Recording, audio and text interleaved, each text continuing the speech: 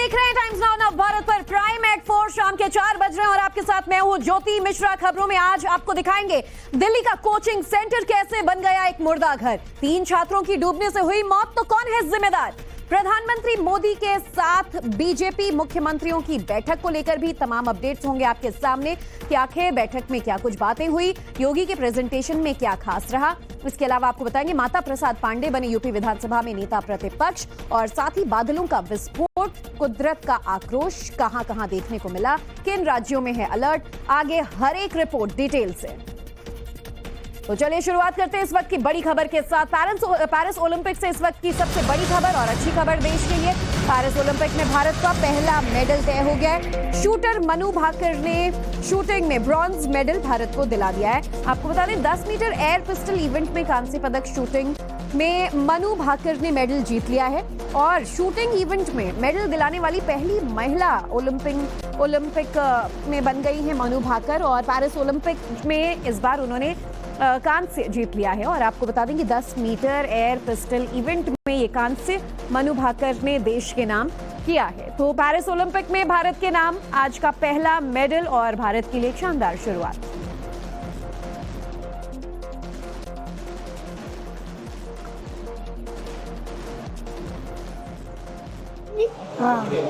अब देश में पूरे विश्व में तीसरे नंबर पे आ गई है।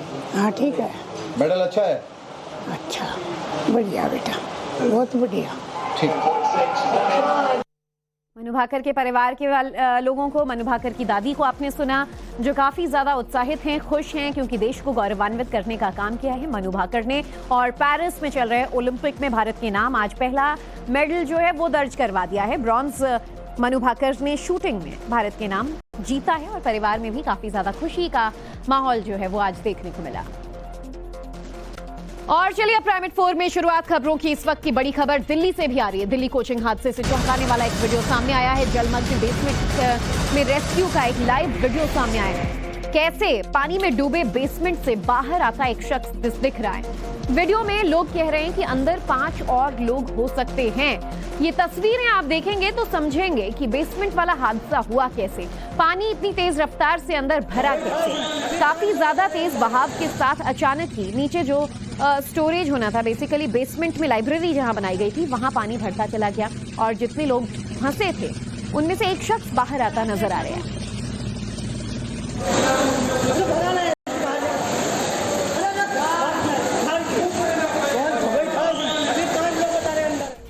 दिल्ली कोचिंग हादसे से जुड़ी एक और बड़ी खबर। एमसीडी के पोर्टल पर पहले ही शिकायत भी दर्ज करवाई गई थी। छात्रों ने दावा किया है कि एमसीडी एक्शन लेता तो शायद ये हादसा नहीं होता। नालों की सफाई को लेकर ये शिकायत करवाई गई थी और ये तस्वीर आप अपने टीवी स्क्रीन पर देखिए। ये एमसीडी पोर्टल का एक तस्वीर जो है ये आपके सामने है, जिसमें शिकायत की गई थी कि कैसे आसपास के जो नाले हैं वहां कार्रवाई होनी चाहिए। इसमें लिखा भी है कि sir it's very important issue, और इसके बावजूद एमसीडी द्वारा कोई कदम नहीं उठाया गया। बेसमेंट कांड से जुड़ी बड़ी खबर इस वक्त की। तीसरा बड़ा अपडेट, दिल्ली बेसमेंट कांड पर पुलिस ने बड़ा एक्शन लिया है। पुलिस ने कोचिंग सेंटर के मालिक को गिरफ्तार कर लिया है। कोचिंग सेंटर के कोऑर्डिनेटर को भी गिरफ्तार किया गया है। कोचिंग सेंटर के मालिक का नाम अभिषेक गुप्ता है और कोऑर्डिनेटर देशपाल सिंह है। दिल्ली पुलिस ने राउज कोचिंग सेंटर के मालिक अभिषेक गुप्ता और कोऑर्डिनेटर देशपाल सिंह को विवाद बढ़ने के बाद गिरफ्तार किया। कल कोचिंग सेंटर के बेसमेंट में पानी जमा हो जाने से 3 छात्रों की जान चली गई। मृतकों की पहचान श्रेया यादव, तानिया सोनी और नेविन डेल्विन के तौर पर की गई है। दिल्ली के ओल्ड राजेंद्र नगर इलाके में शनिवार शाम हुई भारी बारिश ने इन तीनों छात्रों की जिंदगियां लील ली। मन में आईएएस बनने का सपना लिए छात्र यहां पहुंचे थे, लेकिन सिस्टम ने उनकी जान ले ली।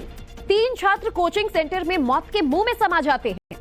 दिल्ली के पॉश इलाके में हुई इस घटना पर सियासत तेज हो गई है। सवाल यही कि इस हादसे का जिम्मेदार आखिर कौन है। तो दिल्ली कोचिंग हादसे का अब एक और नया वीडियो भी सामने आया है। आपको बता दें, राउस कोचिंग के बेसमेंट में पानी भरने का ये खौफनाक वीडियो सामने आया है।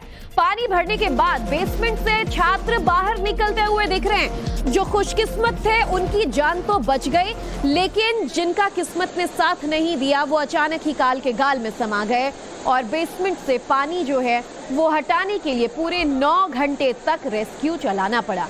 राउस कोचिंग के बेसमेंट की लाइब्रेरी में पानी भर जाने से 3 छात्रों की मौत की पुष्टि तो अब तक हो गई है, लेकिन छात्र बता रहे थे कि कुछ छात्र लापता भी हैं। कोचिंग सेंटर के बिल्कुल बगल में दरअसल एक ड्रेनेज पाइप है और आशंका जताई जा रही है कि ये ड्रेनेज पाइप फट गई, जिससे कोचिंग के बेसमेंट में अचानक फ्लैश फ्लड के हालात बन गए और सीढ़ी से ऊपर चढ़ पाते छात्र उतने में पूरी की पूरी सीढ़ी भी पानी में समा चुकी थी और जो कोई छात्र सीढ़ी से चढ़कर ऊपर नहीं आ पाए उनकी जान चली गई। और चलिए अब आपको दिखाते हैं हम किस तरीके से कुछ और वीडियोस जो सामने आ रहे हैं उसकी मदद से पूरी घटना सिलसिलेवार तरीके से आप समझ सकते हैं। कैसे छात्र राउस कोचिंग में बनी लाइब्रेरी में पानी के बीच फंस जाते हैं। ये तस्वीर आप देखिए, ये बेसमेंट का जो वीडियो है वो आपके सामने है। कुछ स्टूडेंट्स ने जो रिकॉर्ड किया है और पिलर का सहारा लिए एक शख्स बाहर निकलता नजर आ रहा है। ये वीडियो 2 देखिए, बेसमेंट में से कैसे एक शख्स बाहर आने की कोशिश कर रहा है और एनडीआरएफ की टीम रेस्क्यू में लगी हुई है और 3 मिनट में देखते ही देखते पूरा बेसमेंट पानी में समा गया और शीशे के गेट जो है वो जाम होने से छात्र वहीं फंस गए, क्योंकि पानी पूरी तरीके से भरा हुआ था और ऐसे में जो कांच के दरवाजे हैं वो ना अंदर की तरफ खुल पाए ना बाहर की तरफ से। अब ये तीसरा वीडियो देखिए और इस दर्दनाक हादसे को समझिए। बताया जा रहा है कि बेसमेंट में सीढ़ियों तक पानी भर गया और सीढ़ियों के सहारे भी जो छात्र हैं वो बाहर नहीं निकल पाए। तो अलग अलग वीडियो के जरिए अब इस हादसे को समझाया जा रहा है कि कैसे दर्दनाक घटना घटी और पानी भर जाने की वजह से हादसा हो गया। ये चौथा वीडियो आप देखिए बेसमेंट का, जहां हर तरफ पानी भरा नजर आ रहा है और छात्रों को निकालने की जद्दोजहद जारी है। इन तस्वीरों में ये साफ है कि बेसमेंट जो है वो पूरी तरीके से पानी में लबालब भर चुका था और अगर इसमें कोई अंदर फंसा था उसे निकालने में घंटों की मशक्कत लग गई। ये 5वां वीडियो आपके सामने, बिल्डिंग का ग्राउंड फ्लोर पूरी तरीके से पानी में डूबा हुआ है। पुलिस की टीम और एनडीआरएफ की टीम भी यहाँ देखिए रेस्क्यू में जुटी हुई है। छात्र इस बात से भी आक्रोशित हैं कि पानी भरने के 4 घंटे बाद तक छात्रों को बाहर नहीं निकाला जा सका, जिससे कि उनकी जान चली गई।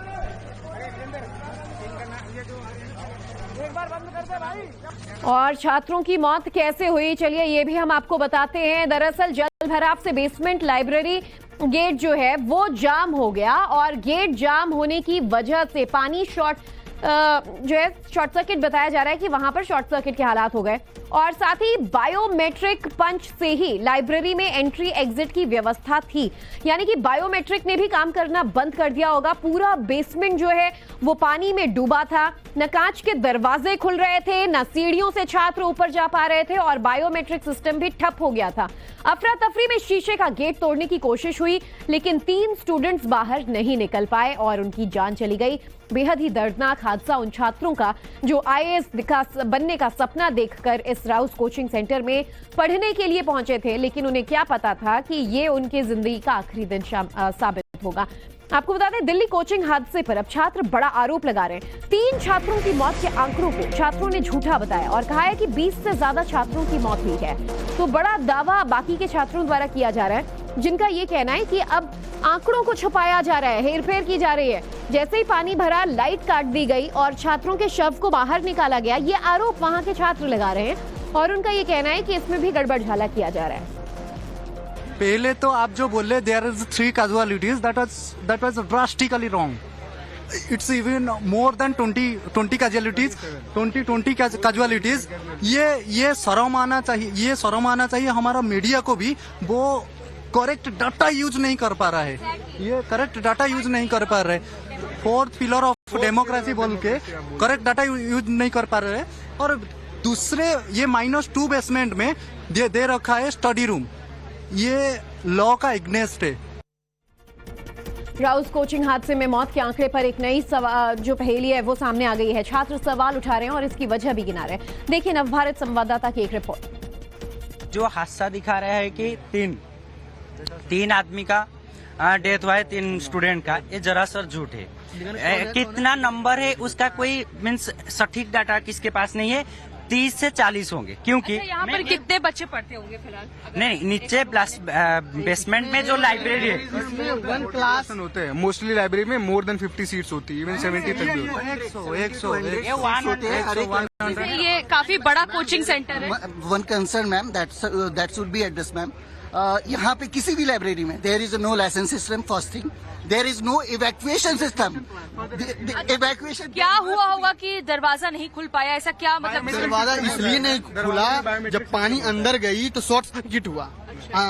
अंदर बिजली थी, शॉर्ट सर्किट, और शॉर्ट सर्किट का जो गेट है उसमें बायोमेट्रिक रहता है। जब आप मेट्रो में चलते हैं तो आप कार्ड पंच करते तब गेट, उसी तरह यहाँ है। तो बायोमेट्रिक के कारण बिजली खत्म हुई। अच्छा, क्या कुछ लोग थे जिनसे बात हुई है जो कल रात मतलब जब बारिश हुई तो यहाँ से निकले थे? बताया क्या सिचुएशन? जो बच्चे थे अंदर ही रह गए ना, जो पहले वो जो फर्स्ट फ्लोर में थे और सेकंड फ्लोर में थे, वो निकलने के बाद वो तो पानी पे थे ना, वो चला गया पहले से चला गया। और यहाँ का सिचुएशन इतना ड्रास्टिक था, पुलिस भी किसी को अंदर नहीं जाने देता है, और इन्वेस्टिगेशन चल रहा है बोल के ऐसे नहीं जाने। यहाँ पे किसी को अलाउ नहीं था। मीडिया वाले को अंदर डीजीपी जाने नहीं दे रहा था, एडीजी, और सबको बाहर करने का। और जो भी डेड बॉडी जा रहे थे, खुल्ला डेड बॉडी, यहाँ पर मीडिया थे उस टाइम, हम सब बच्चे लोग थे। खुल्ला फर्स्ट टाइम एम्बुलेंस में तीन का उन्होंने लेकर गए, 3 लाशेस। देन आफ्टर दैट वो उसको ऑफिशियली एक्सेप्ट कर रहे हैं कि 3 का डेथ हुआ है। बट उसके बाद पुलिस के ध्यान एक के बाद आया, एक के बाद एक, ऐसे 7 बार आया है। हमारा लोगों को रेस्क्यू भी किया गया? नहीं, रेस्क्यू कैसे, सबका डेथ हुआ गया। जो मतलब बचे आपका पहले मैम थोड़ा सा लॉजिक लगा लो कि ये -2 पे रेस्क्यू कैसे हो सकता है? इसका तो इवैक्यूएशन नहीं है ना, वो रेस्क्यू के हो सकता है। वहीं दिल्ली कोचिंग हादसे को लेकर बड़ी खबर भी सामने आ रही है। कोचिंग सेंटर को जारी सर्टिफिकेट ने अब सबको चौंका दिया है। सर्टिफिकेट में लाइब्रेरी की जगह तो स्टोरेज का जिक्र किया गया था, यानी कि कई सालों से बेसमेंट में लाइब्रेरी चलाई जा रही थी, वो भी इलीगल है। सर्टिफिकेट से मिली भगत का सवाल जो है वो गहरा गया है। आपको बता दें, नॉर्थ एमसीडी ने 9 जुलाई को राउज कोचिंग को फायर सेफ्टी सर्टिफिकेट दिया था, जिसमें लाइब्रेरी की जगह स्टोरेज बताया था। आपको बता दें कि सर्टिफिकेट इंस्पेक्शन के बाद जारी होता है, यानी कि एमसीडी के ऑफिसर्स के लिए इस हादसे की जिम्मेदारी से बचना आसान नहीं। एमसीडी के अधिकारी राउज कोचिंग गए होंगे, उन्होंने स्टोरेज या बेसमेंट का निरीक्षण किया होगा, देखा कि वहां स्टोरेज के बजाय लाइब्रेरी चल रही है, उसके बावजूद एनओसी जारी कर दिया।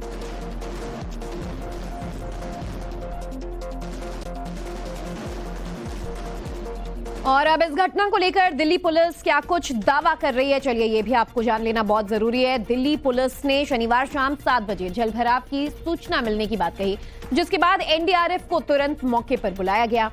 3 मिनट के अंदर लेकिन बेसमेंट में 12 फुट पानी भर चुका था। खबर मिलते ही फायर ब्रिगेड की 5 गाड़ियां मौके पर भेजी गई। बिल्डिंग में पावर सप्लाई कट हो जाने की वजह से बेसमेंट का गेट भी जाम हो गया, जो बायोमेट्रिक से खुलता था। स्टूडेंट्स अंधेरे में बेसमेंट की लाइब्रेरी में पूरी तरह से फंस चुके थे। सड़क पर जल जमाव की वजह से बेसमेंट की लाइब्रेरी से पानी हटाने में भी दिक्कत हो रही थी। हालांकि 14 छात्रों को रस्सियों के सहारे खींचकर बेसमेंट से बाहर निकाला गया। 3 छात्रों की लेकिन इस दर्दनाक घटना में जान चली गई। वही खबर छत्तीसगढ़ से आ रही है। अब अगली खबर की बात कर लेते हैं। कांकेर में उफनती नदी में एक पूरा ट्रैक्टर बहता नजर आया। नदी को पार करने की कोशिश कर रहे थे लोग। ट्रैक्टर में बैठे लोगों ने बमुश्किल अपनी जान बचाई। भयावह बाढ़ के बाद 48 से ज्यादा गांव टापू में तब्दील हो गए। मौसम विभाग ने यहां येलो अलर्ट जारी किया हुआ है। तस्वीरें आप देखिए कि भारी भरकम ट्रैक्टर जैसा हैवी व्हीकल जो है वो भी बाढ़ की चपेट में आ गया और नदी के बीच फंस गया। जैसे तैसे लोगों ने यहां से निकलकर अपनी जान बचाई। लेकिन कांकेर ही नहीं, छत्तीसगढ़ के और भी इलाके इसी तरह जलमग्न हो चुके हैं। कोरबा में कुदरत का कहर जमकर देखने को मिला। यहां से दिल दहला देने वाला एक वीडियो सामने आया है। पानी के तेज धार में 4 अफसर बह गए। कोयला खदान का जायजा लेने के लिए अधिकारी गए हुए थे और एक अधिकारी ने तैरकर अपनी जान बचा ली, लेकिन 3 का अब तक कोई पता नहीं चल पाया है। तस्वीरें विचलित भी कर सकती हैं। ये कोयला खदान के पास की तस्वीरें हैं कोरबा की, जहां आप देखेंगे कुदरत का प्रकोप इस कदर की कोयला खदान में जायजा लेने पहुंचे 4 अफसर कैसे पानी में समा गए और एक ने तैरकर अपनी जान बचाई है, लेकिन 3 अधिकारियों का अब तक कुछ पता नहीं चल पाया है। हम भी कोई अच्छा जगह में नहीं हैं। लगातार हो रही बारिश ने देश के कई हिस्सों में जल तांडव मचा दिया है। कई शहरों में बाढ़ और बारिश ने विकराल रूप धारण कर लिया है। नदी नाले उफान पर हैं। कई इलाके पानी में पूरी तरह डूब चुके हैं और चारों तरफ सिर्फ पानी ही पानी नजर आ रही है। ऐसे में देश के कई हिस्से बारिश से गंभीर हालात को झेल रहे हैं। भारतीय मौसम विभाग ने 17 राज्यों में भारी बारिश की चेतावनी जारी की है और छत्तीसगढ़ की भी कई जगहों पर येलो अलर्ट जारी किया गया है। ये तस्वीरें अब आपको मध्य प्रदेश, छत्तीसगढ़ के अलावा अलग अलग राज्यों की दिखा रहे हैं। मध्य प्रदेश के बेतवा में देखिए, मंदिर पानी में समा चुका है। उत्तराखंड के रुद्रप्रयाग में नदियों का जलस्तर बहुत ज्यादा खतरनाक लेवल को पार कर चुका है। उत्तर प्रदेश का अमरोहा हो या छत्तीसगढ़ का कांकेर, ओडिशा का कोरापुट, सब जलमग्न नजर आ रहे हैं। खबर ओडिशा से ही है। आपको बता दें, ओडिशा के कोरापुट में नदियां उफान पर आ गई हैं। लगातार बारिश हो रही है, जगह जगह लैंडस्लाइड की तस्वीरें सामने आ रही है। उफनती नदियों की वजह से 18 गांवों का संपर्क आपस में कट चुका है। दरअसल लगातार बारिश हो रही है और बरसात की वजह से कोरापुट में जहां कई जगहों पर भूस्खलन हुआ है, वहीं नदी नाले उफान पर आ गए हैं। उफनती नदियों और नालों को पार करने के लिए लोग अपनी जान जोखिम में भी डाल रहे हैं। भारी बारिश के बाद हुए जल भराव की वजह से कोरापुट के लगभग 18 गांवों के संपर्क टूट चुका है। मौसम विभाग की माने तो आने वाले पूरे हफ्ते कोरापुट में भारी बारिश होगी। तो ये तस्वीरें आप देखिए कोरापुट में किस तरह से भारी बारिश से यहाँ की नदियां उफान पर आ गई हैं, लेकिन इसके बावजूद लोग जान हथेली पर डालकर रास्ता पार कर रहे हैं। कई जगहों पर लैंडस्लाइड हो रहा है तो लोग घर छोड़ने के लिए मजबूर हैं। इधर यूपी बीजेपी में सियासी खींचतान के बीच दिल्ली में अहम बैठक जारी है। दिल्ली में दूसरे दिन बीजेपी मुख्यमंत्री परिषद की बैठक जारी है। बीजेपी मुख्यालय में हो रही परिषद की बैठक में पीएम मोदी और योगी आदित्यनाथ भी मौजूद हैं। आज बैठक में सीएम योगी आदित्यनाथ प्रेजेंटेशन दे रहे हैं। मुख्यमंत्री परिषद की भी बैठक हुई जो करीब 3.5 घंटे तक चली। बैठक में पीएम मोदी, अमित शाह और जेपी नड्डा समेत बीजेपी शासित राज्यों के सभी मुख्यमंत्री और डिप्टी सीएम शामिल हुए। बैठक के दौरान पहले तो सभी नेताओं ने पीएम मोदी को तीसरी बार पीएम बनने के मौके पर बधाई दी और फिर राज्य सरकार द्वारा चलाई जा रही अपनी अपनी योजनाओं के बारे में चर्चा की। इसके बाद पीएम मोदी ने बीजेपी शासित राज्यों के मुख्यमंत्रियों से फीडबैक लिया, जिसमें उत्तर प्रदेश भी शामिल था। बताया जा रहा है यूपी में जारी खींचतान के बीच योगी आदित्यनाथ ने उन्हें फीडबैक दिया। इसके बाद पीएम ने यूपी में आगामी उपचुनाव और बाकी जिन राज्यों में विधानसभा चुनाव होने हैं वहां मुख्यमंत्रियों को रणनीति बनाने के लिए कहा। साथ ही सुशासन के लिए काम करने का भी टास्क मुख्यमंत्रियों को दिया गया। दिल्ली में जारी बैठक के बीच उत्तर प्रदेश से बड़ी खबर। यूपी में आज बीजेपी विधानमंडल की अहम बैठक हुई है। बैठक में शामिल हुए CM Yogi Adityanath, deputy CM Keshav Prasad Maurya और ब्रजेश पाठक पर सस्पेंस बना रहा। बीजेपी विधानमंडल की बैठक भी आज ही होनी है। इस बैठक में सीएम योगी आदित्यनाथ शामिल होंगे और डिप्टी सीएम केशव प्रसाद मौर्य और डिप्टी सीएम ब्रजेश पाठक शामिल होंगे, यानी ये अभी तक सस्पेंस बना हुआ है। इसके अलावा यूपी बीजेपी अध्यक्ष भूपेंद्र चौधरी के शामिल होने पर भी आज सस्पेंस है। हालांकि अभी इस बैठक का समय तय नहीं।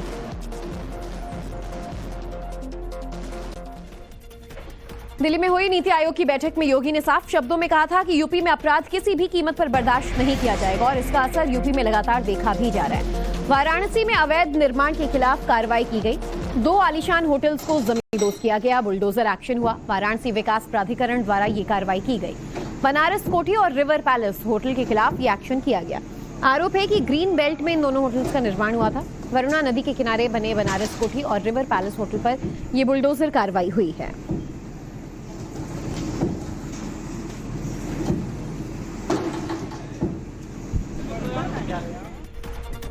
और यूपी की सियासत से जुड़ी बड़ी खबर। यूपी में माता प्रसाद होंगे सपा के नेता। विपक्ष विधायक दल का नेता उन्हें चुना गया है। अखिलेश यादव ने भी इस नाम पर मुहर लगा दी है। समाजवादी पार्टी ने अब माता प्रसाद पांडे को उत्तर प्रदेश विधानसभा में नेता प्रतिपक्ष बनाया है। नेता प्रतिपक्ष की रेस में इंद्रजीत सरोज, रामअचल राजभर और तूफानी सरोज का नाम भी था, लेकिन सपा मुखिया अखिलेश यादव ने विधानसभा में अपना उत्तराधिकारी पूर्वांचल से आने वाले ब्राह्मण चेहरे माता प्रसाद पांडे को बनाया है। आखिर यूपी विधानसभा में नेता प्रतिपक्ष माता प्रसाद पांडे कौन है, ये भी आपको बताते हैं। यूपी की राजनीति का कद्दावर चेहरा है माता प्रसाद पांडे। समाजवादी पार्टी के बड़े नेताओं में भी शुमार हैं। विधानसभा में सपा का ब्राह्मण चेहरा भी है। इटवा विधानसभा सीट से 7 बार विधायक रह चुके हैं। 2 बार यूपी विधानसभा के अध्यक्ष भी रह चुके हैं। मुलायम सरकार में विधानसभा अध्यक्ष रहे थे, अखिलेश सरकार में भी विधानसभा अध्यक्ष रहे थे और अब एक बार फिर से नेता प्रतिपक्ष का चेहरा उन्हें बनाया गया है। वहीं अगली खबर की बात कर लेते हैं जो फरीदाबाद से है। फरीदाबाद में मेट्रो की दीवार से एक ट्रॉला टकरा गया, एयर प्रेशर पाइप फटने से हादसा हुआ। बल्लभगढ़ के सीकरी ये जो ट्राला ये जा रहा था और आसपास के लोगों ने ड्राइवर का किसी तरीके से रेस्क्यू किया। ये तस्वीरें भी आप देखिए कैसे पहले डिवाइडर से टकराया और फिर मेट्रो से इसकी टक्कर हुई। अगली बड़ी खबर कर्नाटक से आ रही है। कर्नाटक के कुल्लुरु ब्रिज पर पानी भर गया। कुल्लुरु ब्रिज पानी में कैसे डूबा नजर आया उसकी तस्वीरें सामने आ रही हैं। कृष्णा नदी से 3 लाख क्यूसेक पानी छोड़े जाने की वजह से आप देखिए पानी का जलस्तर काफी ज्यादा बढ़ गया है। पानी छोड़े जाने के बाद कुल्लुरु ब्रिज पर पूरी तरीके से पानी समा चुका है और ब्रिज कहाँ है, सड़क कहाँ है, पानी का लेवल कहाँ है, सब एक समतल नजर आ रहे हैं और ब्रिज पूरी तरह पानी में समाया नजर आ रहा है। खबर राजस्थान से है। राजस्थान के कोटा में खड़े गणेश मंदिर में जल भराव से आधे से ज्यादा गणेश प्रतिमा पानी में डूब गई है। सोशल मीडिया पर यह वीडियो जमकर वायरल हो रहा है। जानकारी के मुताबिक कोटा में बीते शनिवार से लगातार बारिश हो रही है, जिसकी वजह से शहर के कई इलाकों में जल भराव भी हो चुका है। बारिश का पानी न सिर्फ लोगों के घरों और दुकानों में घुस गया है, बल्कि अब मंदिरों में दाखिल होना शुरू हो चुका है। और यहाँ के प्रसिद्ध खड़े गणेश जी मंदिर में आप देखिए कैसे पानी भर चुका है और गणेश जी की प्रतिमा भी जो है वो आधा से ज्यादा पानी में समा चुकी है। अंदर दर्शन करने पहुंच रहे जो भक्त हैं वो भी कमर तक पानी में समाये हुए हैं। ये तस्वीर कोटा से सामने आ रही है। जल तांडव यहाँ हर तरफ देखने को मिल रहा है, लोगों का घर दुकान हो या फिर अब मंदिर भी। और अगली खबर उत्तराखंड से है। रुद्रप्रयाग में कोटेश्वर मंदिर में पूरी की पूरी गुफा जो है वो पानी में डूब गई है। भारी बारिश के चलते अलकनंदा नदी उफान पर है। कोटेश्वर मंदिर की गुफा का एक वीडियो सामने आया है। उफनती नदी का पानी मंदिर के सीढ़ियों तक आ गया है और गुफा तक पहुंच गया है। स्थानीय लोगों का मानना है कि हर साल सावन में भगवान कोटेश्वर महादेव का जलाभिषेक खुद अलकनंदा करने के लिए इस तरह से आती है। ये दोनों तस्वीरें देखिए, सैलाब से पहले की तस्वीर जब अलकनंदा का लेवल नीचे था, पानी के बाहर आपको मंदिर जो है वो भी नजर आ रहा है, उसका शिखर नजर आ रहा है। लेकिन सैलाब के बाद आप देखिए जलस्तर काफी ज्यादा बढ़ चुका है और सीढ़ियां भी पूरी तरीके से मंदिर की जो है गुफा की है वो पानी में समा चुकी हैं। और खबर उत्तराखंड की टिहरी से ही, जहां एक बार फिर लैंडस्लाइड की खबर सामने आई है। बूढ़ा केदार के तिनगढ़ गांव में लैंडस्लाइड हुआ है। तिनगढ़ गांव में करीब 15 घरों में पानी का मलबा जम गया है। गनीमत रही कि गांव के लोग पहले ही मकानों को खाली करके जा चुके थे, जिससे बड़ा हादसा टला। मौके पर प्रशासन की टीम मौजूद थी।